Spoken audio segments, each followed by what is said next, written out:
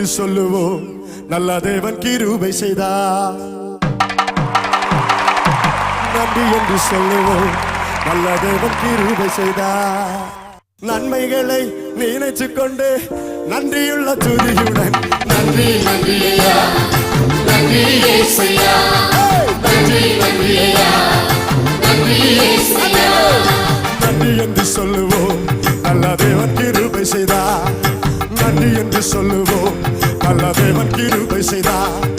நன்மைகளை நினைத்துக் கொண்டு நன்றியுள்ள துதியுடன் நன்றி நன்றி ஐயா, நன்றி இயேசையா, நன்றி நன்றி ஐயா, நன்றி இயேசையா.